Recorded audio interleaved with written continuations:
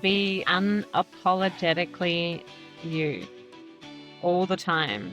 And then the right people will come in, the right opportunities and experiences, environments will all come in. It's there that you can be your most joyful, blissful, soul-aligned, purposeful self. Yeah, I really, really invite that in. Welcome to another episode of the Hayley Morecambe podcast. I am so excited you're here, for showing up for yourself, your self-love and self-worth. Each week, I gift you the permission and the space to claim the most happy, healthy, abundant life and give you access to the most sparkliest version of you. On this journey together, we'll learn and grow and thrive to be the best version of ourselves. We don't settle for anything less than incredible. I'm your host, Hayley, a women's wellness and mindset coach with over a decade of industry experience. I'm the founder of my signature program, Naturally Well. I'm a writer, a former radio host and journalist, and all-round wellness guru. I'm a mama to the most divine little girl and a fur parent to a cheeky little cavoodle. I am so pumped to take you into another magical episode. Are you ready? Let's go.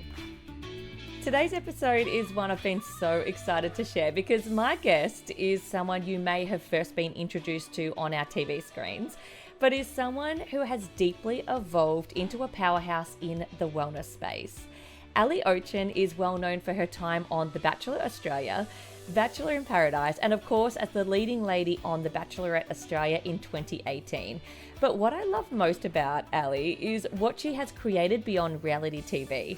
Ali is an internationally recognized wellness expert, retreat leader, and global facilitator who blends science, spirituality, and ancient wisdom to guide deep personal transformation. She is certified across meditation, breathwork, yoga, and neuro-linguistic programming, and she brings that work into immersive experiences for businesses, communities, and individuals around the world. In this conversation, we go into what it actually takes to regulate your nervous system in real life, not in a perfect, slow, quiet morning that only exists on Instagram. We talk about coming back to yourself when you've been in survival mode for too long, why calm is not laziness, and how to create more clarity and safety in your body so you can live, lead, and love from a more grounded place. Ali's mission is simple but powerful: to elevate consciousness and bring more calm, clarity, and heart into the world by being the example. So if you've been feeling wired but tired, emotionally stretched, or like you are doing all the right things but still not feeling settled inside yourself, this episode is for you. All right, let's get into it. Here's my conversation with Ali Oetjen. Ali, welcome to the show. It is absolute pleasure to have you today. Before we get into all our juicy questions, I've got 3 rapid fire questions for you. Are you ready? I am ready. Let's do it. So the first one is, if you could swap lives with anyone in the whole world for a day, who would it be and why? Well, Elon Musk just came to my mind first thing, just because I just want to know what is really going on out there. Yes, that's a good one. Yeah, I want to feel into what it would be like to have his brain, and I also want to acknowledge the different species and different happenings going on. So Yeah, get the inside scoop. yeah. Yeah, that's a good one. And number 2, what's the first thing you do in the morning to start your day on a positive note? Always meditate. Yeah. I literally wake up, open my eyes, and do a Vedic meditation for 20 minutes. Yeah, so good. Yeah, I know that's you're my so that's programmed into you, isn't it? Like you've been doing that for a while. Yeah, absolutely. Yeah. Yeah, I So I love get that. time to myself, so I connect with myself.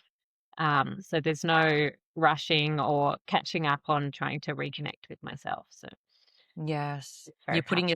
first thing. I love it. And number 3, if you could choose one superpower to help you in business or life, what would it be and why? To delete all my limiting beliefs.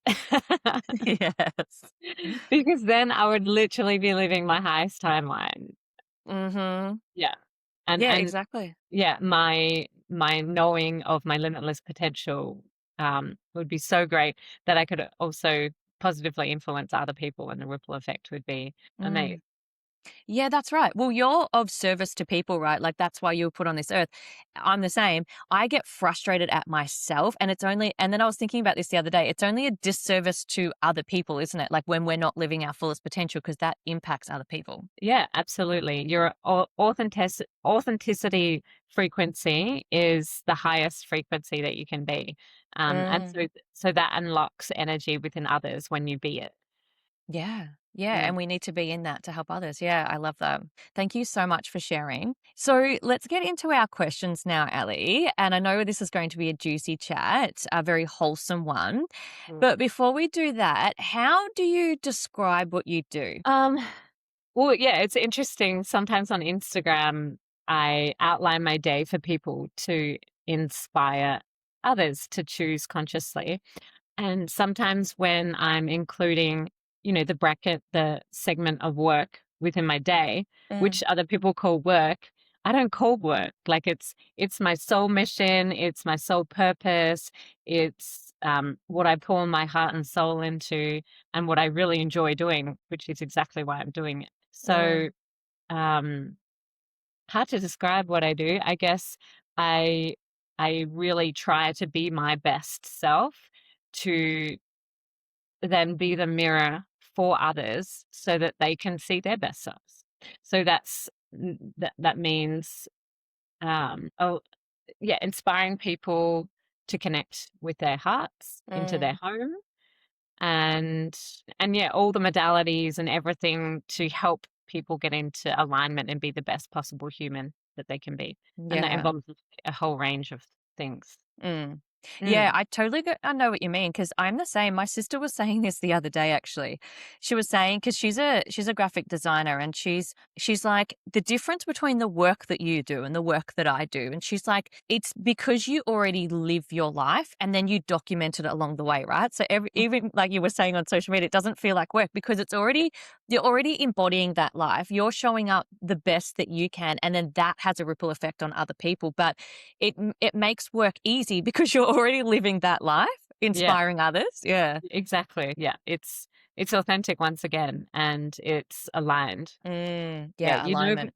you know when you're not choosing for your best self, don't you? It feels different. Yeah, it feels off. It Mhm. feels clunky. Yeah, especially when you've got a really strong intuition and that connection to self. You know when it's off. Yeah. Yeah, Mm, absolutely. Well, I yeah. feel like everyone has a strong intuition, but people are disconnected from it these days. And so that's Yes. also another modality of bringing people back to trusting their intuition and trusting inside of their body what it feels like. Um, because all the layers of um, getting influenced from media, from, all the rest of it just really fog Mm, fog up what we're feeling. yeah. It's like getting out of our head and back into our heart, isn't it? Yeah. Yeah, definitely. Our heart, Mm. our womb, our body. Yeah. Mm, Yeah, yeah, I mm, love that. That's so important. Like it's so vital. Now, like so many people in this industry, they've got a story, right? We just didn't wake up, doing what we're doing and feeling the way that we're feeling. So, can you yeah. take us back a little bit to how you got to do what you're doing? I know you've journeyed like a journey yourself to get to where you are now. What Mm. did that look like, past Ali and compared to present Ali? Well, there's been so many alleys, and whenever I start to tell a story, I always have to start from the beginning. So it's Yeah. really hard for me to try and keep this short and concise.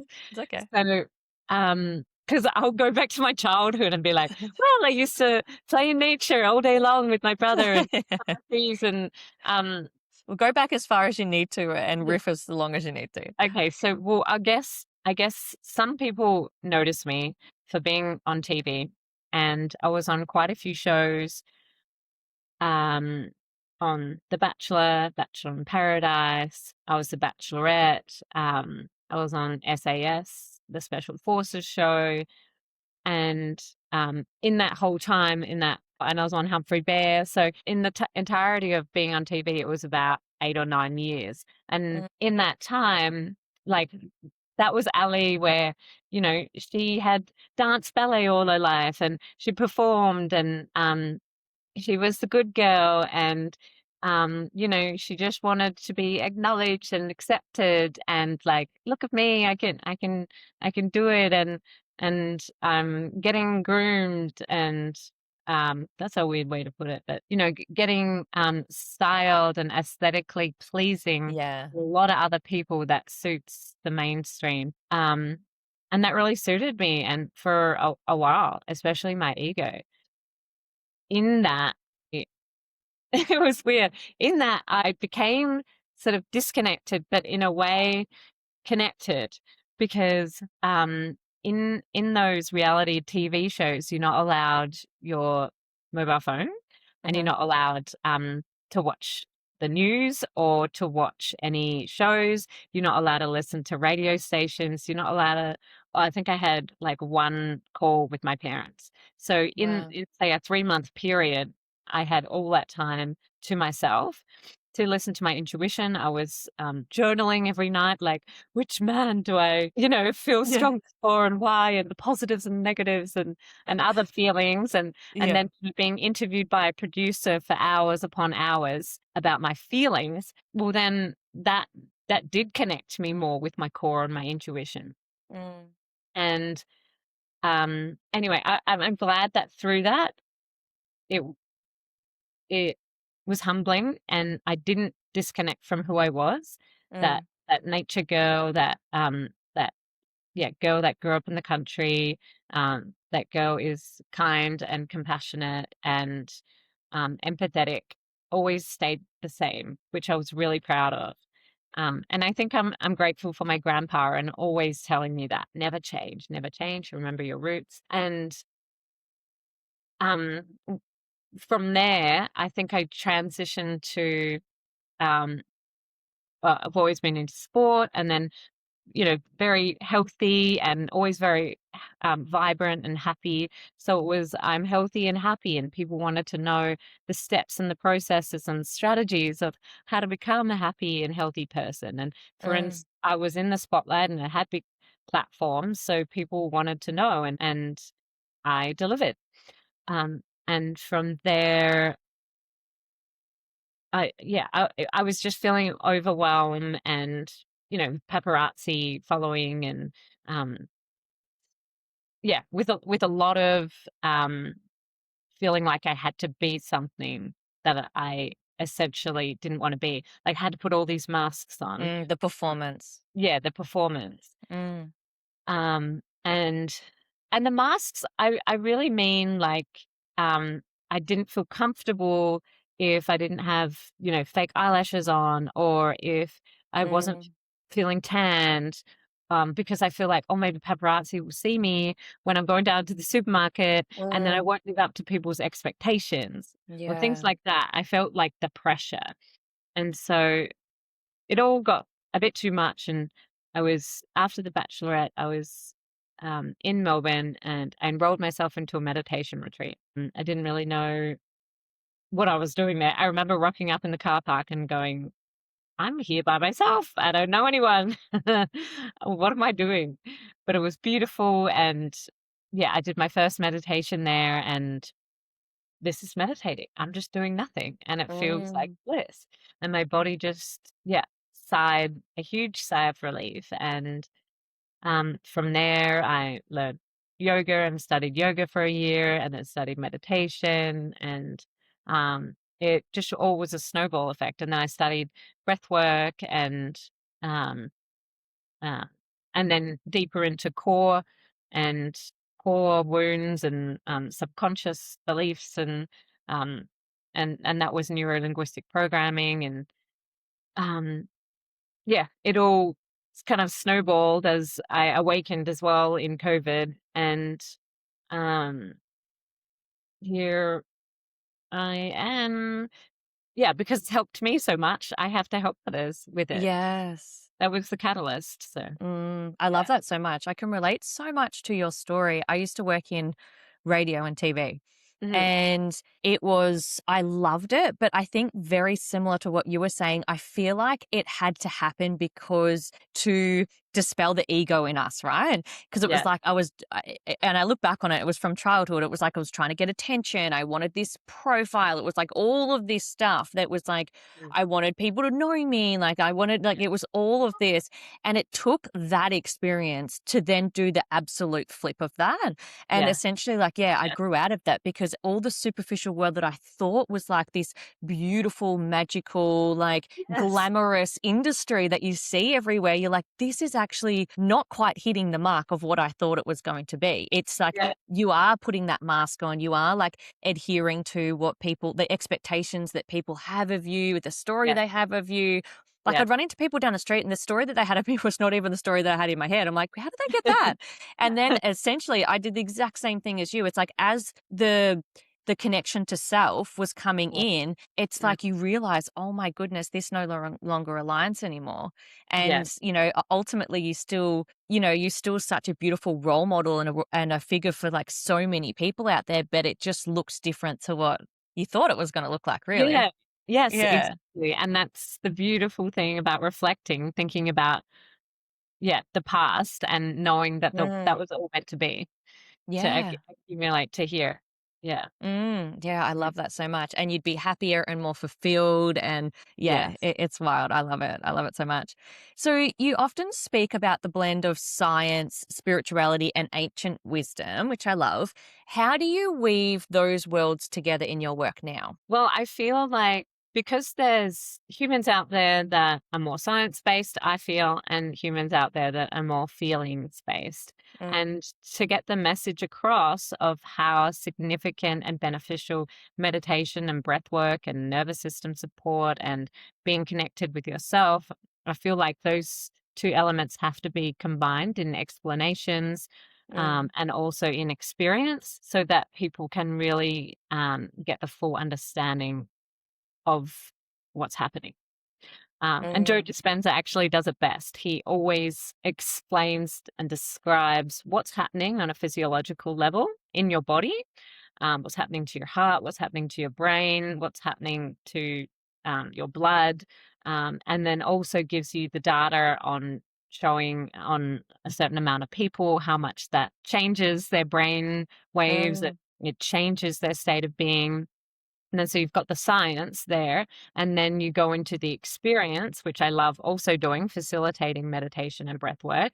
yeah. And and then once someone feels something, such a dramatic shift and transformation, it's then I feel like in their cells and their cells know, and then they know. Mm, So that yes. the blend of that, and then also, I mean, I've studied Vedic um, meditation teacher training. So I blend the Vedic philosophy and the ancient wisdom, I guess, with all of it. And I feel like with every modality, like even yoga and um there's always the ancient wisdom of it all. And I feel Mm, even our ancestors and going back, there's always the truth. And how would they live? Asking the question, how would they live? And maybe if we haven't implemented artificial light and all these chemicals, yeah. maybe that's how we're meant to really live. And so I feel like they're all a good basis to get an understanding and maybe, yeah, maybe trust your knowing more. Yeah, that's right. Mm. I love that you talk about the science behind things because I think when the misconception of spirituality is it's woo woo and it's just this made up, but there, like you said with Joe Dispenza, it's so much science. Like you can't deny it. It's so like when Yeah, you watch his work, it's just like you can't go against that really. yeah, yeah, absolutely. The proof is in the pudding, and people need that, Mm, especially when they're awakening, I feel. yes. Yeah, Yeah, because they're not fully tuned into themselves to believe it yet. yeah, It's yeah, they need that science. Yeah, yeah. I totally you mean. And some people take either, like, I'm a feeling person, and Mhm. I feel a lot. And then if I'm expressing if you're my friend and if I'm expressing something, I would just want you to believe me because I feel something. Yeah. I have to go into the science and all of it. But say, Yeah. for instance, with my parents, I have to explain the science behind something Yes. because they're not, they're not on the same wavelength as me in regards to the Mm. woo-woo. So yeah, I have to go in with the science.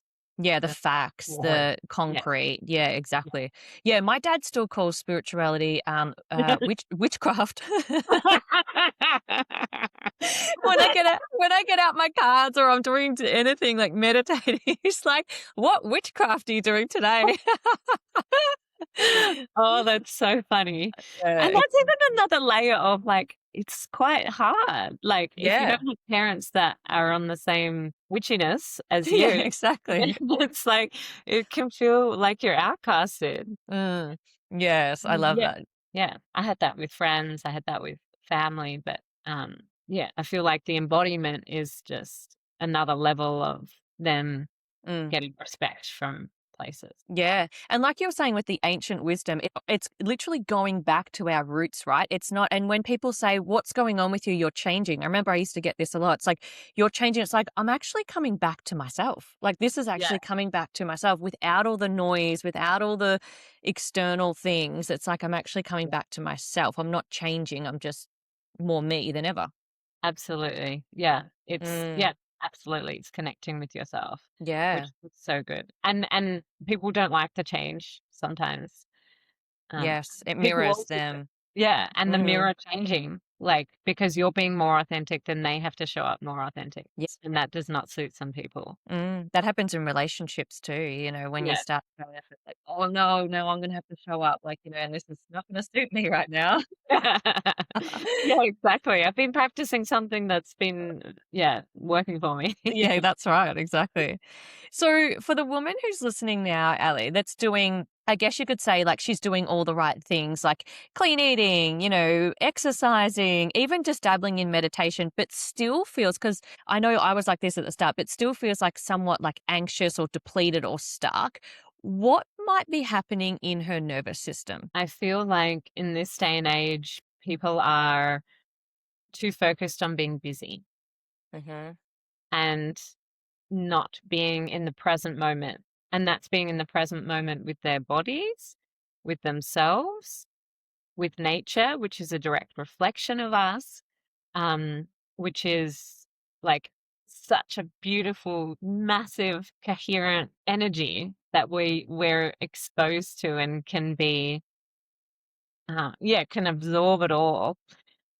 I feel like what's happening to their nervous system is that they're in their sympathetic nervous system most of the Mm, time. So when we meditate, it does release the stresses, it does release the worries, it does release negative energy and connects us back with ourselves. But if we mm, don't do that on a consistent basis, then the stress does continue to accumulate. And we're meant to be 90% in our parasympathetic nervous system. And then that 10% is meant to be in that stress state response. So that's when, like, oh, okay, someone just swerved, like, I've got to be on, or I'm trying not to use a saber tooth tiger. Analogy, everyone uses that. Yeah, Um, exactly. Because the amount of times we actually get chased by a tiger. I've always thought that. But if you needed to, you could run and with yeah. thanks to your Yeah. sympathetic system, yeah. Yeah. So it's the fact that people people need to practice getting into that parasympathetic nervous system more often.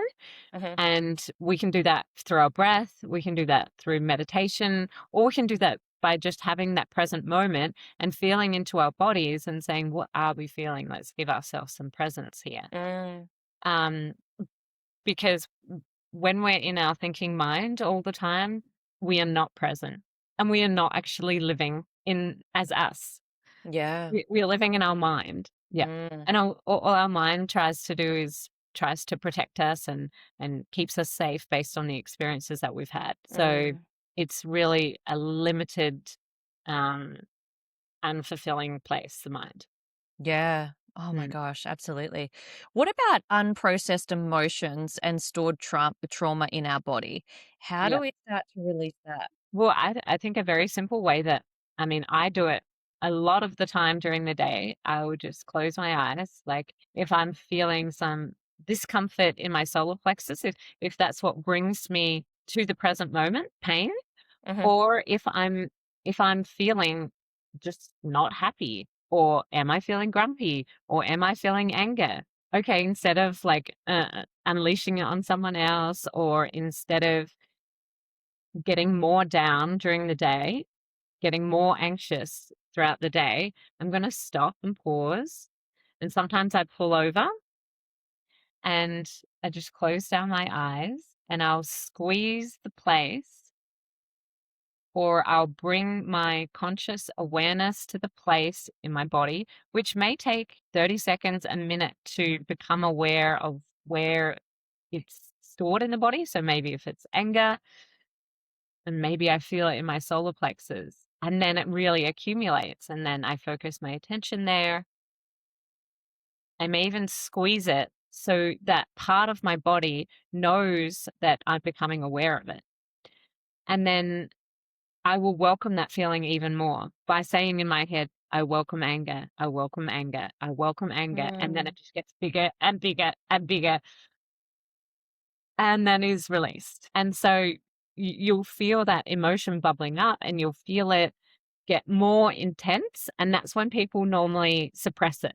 Oh, I don't want to feel that. Oh, I don't want to feel that. yeah, it's That's, uncomfortable. Yeah. yeah, yeah, it's uncomfortable, it's scary, but it's normally over for me in 10 seconds. It can be over Mm, for you in 30 seconds, in 60 seconds, but mm.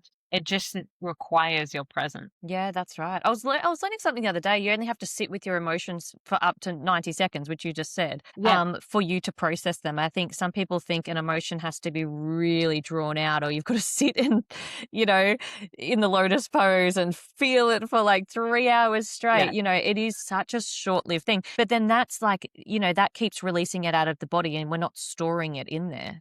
exactly. So, Yeah, and that stored energy is trauma. mhm. Yeah. Yeah, Yeah. and, obviously significant events that happen that are, wounding or really painful get stored in as trauma in the body.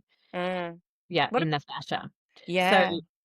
just on that as well, if you are feeling amazingly happy, you release that emotion with laughter. So we're constantly Okay. releasing like joyful, amazing, blissful feelings, but those lower feelings don't get released. So there's a technique that Zach Bush actually mentioned that I went to his retreat in August last year, and it was phenomenal. And he mentions to just if you get a feeling, if you're triggered in any moment, like we could have had many um, interactions, like just even right now. So if you're feeling, say, a little bit frustrated, if you can just hold that frustration feeling for 8 seconds, so just Mhm. count it down in your head, and then it can move on by. But Wow. all that emotion wants is your presence for 8 seconds. So it's Yeah. even shorter than what I thought. Yeah. Yeah, that's wild, isn't it? What about some somatic practices? Do you like, obviously you said hold on to it then. Do you do like dancing or scream it out? Like, is there anything else that you do? Yeah. Oh, I sing, I dance, I do yoga. Yoga is an amazing one to nourish and, um, Mm, yeah, massage into your body. And yoga has that they're like aligned with geometry. They're like sacred geometry shapes that are designed to help us and live our mm. life timeline. So, yeah, yoga, dancing, singing, working out, lifting weights, I was about to like say that one. yeah, Mm. moving the body, um, and also in a non-performance sort of dance as well, like just in a womanly, expressive, like holding ourselves, nurturing, and whatever that looks like is a beautiful experience. Yeah, exactly. I feel like that helps you drop out of your masculine energy into your feminine one, right? Yeah, absolutely. Yeah, I find that. I find a great one is even in dancing, if you don't want to, but pushing through and just like moving the hips. And sometimes when you're really in your masculine, you'll find that they're really tight Mm, and, what's the word? Like, clanky. Oh, yeah, I yeah. think you said that before, like and it's so nice when it starts to get fluid and flowy again. Yeah. Mm. I always have a beautiful release when I do that. Yeah, because I Mm, think sometimes, like even just in the workplace, just the way we live these days, we live in kind of like that masculine energy, which is fine because it helps us like make decisions and be bosses and whatever. But at the end of the day, we do need to drop back into that feminine energy. yeah. What, when you think about the collective feminine right now, what do you feel women are being called to remember, right? What are they being called to remember about themselves? Their power. Mm, Yeah, I believe in a strong, in a assertive, in a soft, graceful mm. way.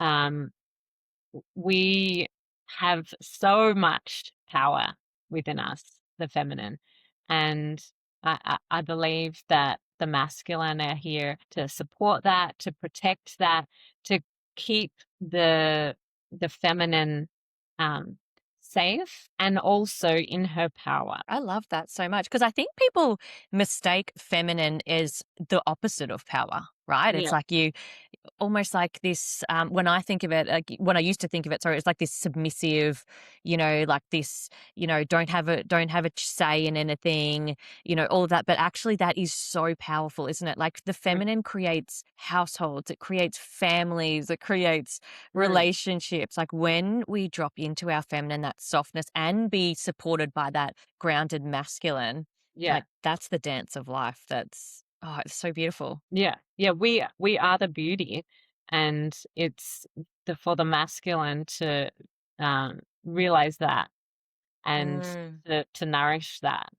Um, yeah. Yeah. So with your partner, Mitch, have you always been in that feminine? Because I know this has been a really big thing for like 12 to 18 months for me. It's Mm. been like dropping back into that feminine energy. Have you always been there? Like, were you there when you were, going through your TV experience, compared to now? So when I first met Mitch, I was quite in my masculine, Mm, but also balanced. So I was living by myself. I was living in a tree house, so amongst the trees. So I would dance and sing a lot of the day and be in my absolute element in the feminine. But I felt like I hadn't gone through the process with a man to not be masculine. And mm, masculine, I meant like I would put up my protectors and yeah, and it's just because I didn't feel safe yet, and, so then, yeah, I could soften and then he could nourish and protect and provide, and I allowed him to do that by, receiving. Yeah, yes. Oh my yeah, goodness. It's yeah, exactly what I'm journeying at the moment is enabled to, yeah, allowing yourself to receive. yes, That is such a big thing. And I can relate to what you said so much. Being in a relationship, you mm, you come in with this masculine because you're so used to doing it on your own or not yeah, trusting or feeling safe in that masculine energy, whether you've not had it before or it's like a new experience. Like that's it, yeah, I can relate to that so much. And also there's no amount of work. I don't know if you agree with me here. There's no amount of work that you can go and do and drop into your feminine energy and go do all these classes. Like you can have that as a goal, but I feel like until you're actually in that nurturing, safe relationship, that's when it happens naturally. yeah, yeah, absolutely. It's like you have to get transmission through all these lessons and to Mm. to be able to embody it, and embodying it is living it and practicing it every day. Mm. Yeah, Yeah, that's right. yeah, And like you said, living in your purpose as well, like from your time that you felt like you were masking on TV to now living in your purpose, like that's when you feel really deeply connected to yourself, which then allows, you to thrive in relationship. yeah, exactly. Mm. So I have your beautiful cards here, Ali. When I first Mm. got these, I actually didn't realize they were yours. So funny. I was really drawn to them. This was like Yeah. I think it was about a year ago or 18 months ago. I was really drawn to them at a shop that I was in, and I bought them. And I run a program called Naturally Well, and what I would do is anytime someone enrolled, I would write a love note to them, Yeah. and I would put it in the post, and I would intuitively pull one of your cards, and I'd put it in the note, and I would send it to them. And then one day I was looking at it, I was like, "Oh my gosh, they're your cards." Like I was looking at the name and I was like, "These are Ali's cards." Oh, So I love them so much. Like, what was the process of making those cards? Because they're so beautiful and it's almost like you can feel your energy behind them. yeah. Oh, yeah. Well, it took like over a year to create them and to write them. And Mm. I worked with this French illustrator, and she was just divine. Like her illustrations, she draws them all, and they, yeah, beautifully match up with every mantra that I have. Mm. Um, what was the publishing like? Did you say? What was the process like? Like, so you already had those words, and what was the intention behind them for when women look at them or Yeah, have the them at home? process behind it was um, working with a publisher, and the publisher is a wellness and spiritual publisher, which is aligned. Yeah. Um, and then they basically told me what they needed from me. So the writing and the mantras. But then I went through transitions in my life. So then I wanted to change them. And I love that. yeah, I was in meditation and then would write them down. And yeah, so it took a while to do that. But then, and then so Marion, her illustrations, I picked from her pictures and teed them up with the mantras. So they aligned, and then I put an action with every card as well so that people could practice embodying what that card meant for them. So, Mm. yeah, I wanted to put in there like meditation practices, breath work practices, um, yeah, little practices that are gonna enhance their day Yeah. now or another. Um, I love that. Should we draw a card? yes, I know. I was just thinking that. You want to Let's do one draw. for me? And I'll do one for you. Okay. Oh, yes. Well, I actually drew one before we Oh, got on to. So you draw one for me, and I've got one here for you. okay, amazing. So while you're drawing yours out, the one that I have for you it's number 29, honor. With love and integrity in my heart, I have the ultimate guidance to stay devoted to my soul path. And it's the most Oh, beautiful picture too. Like I oh, I love love it. that. Is integrity has been coming up for a lot for me lately. So I love. Yeah. And then the action is go and grab your favorite crystal and list 3 things about you that you're proud of. Oh, I Oh, love that. yes. I love that too. That's Okay, let me perfect. tap into your energy. Meditate. Okay. That is, yeah. What they say, what you resist persists. Although I have been pretty dedicated to my meditation lately, but yeah, I love that. Oh, that's So, Ali, what's one message or mantra? And I feel like this is a beautiful question off the back of what we've just done. What's one message or mantra you'd like to leave in the hearts of the women listening today who are ready to kind of reclaim it all? Like, especially we're heading into the year of the horse this year, 2026. The woman who's ready to like reclaim her nervous system, her body, her vitality, all of it. What is one message or mantra you'd love to leave in the hearts of her? be unapologetically you all the time. And then the right people come in, the right opportunities and experiences, environments will all come in. It's there that you can be your most joyful, blissful, soul aligned, purposeful self. I really, really invite that in. Yeah. And like you said right at the start, that authenticity, right? When you're in that authenticity, that's like the most powerful frequency to be in, Yes. and Yeah. everything else just flows in. Yeah. That is amazing, Ali. Now, I know you have some beautiful offerings for women who might be listening today who want to learn more or work with you. What Yeah. what can they do to do that? Yep. I have a program which is perfectly created so that you receive one 30-minute session every week. And this 30-minute session is 15 minutes of breath work and then 15 minutes of guided meditation. So it's there for you to do your guided stillness session every week. And we go through different genres every week. So you're transforming with different themes every week for 52 weeks. So it's called A Year of Calm. And I'd love to extend a 10% discount to your listeners. This is going to be Love 10, all in capitals. And yeah, this is going to allow you to keep on your journey, keep being consistent with your nervous system, and connection to your heart. So I have the Year of Calm. I also have these beautiful mantra cards available on my website, alioetjen.com. And yeah, I also have a beautiful perfume.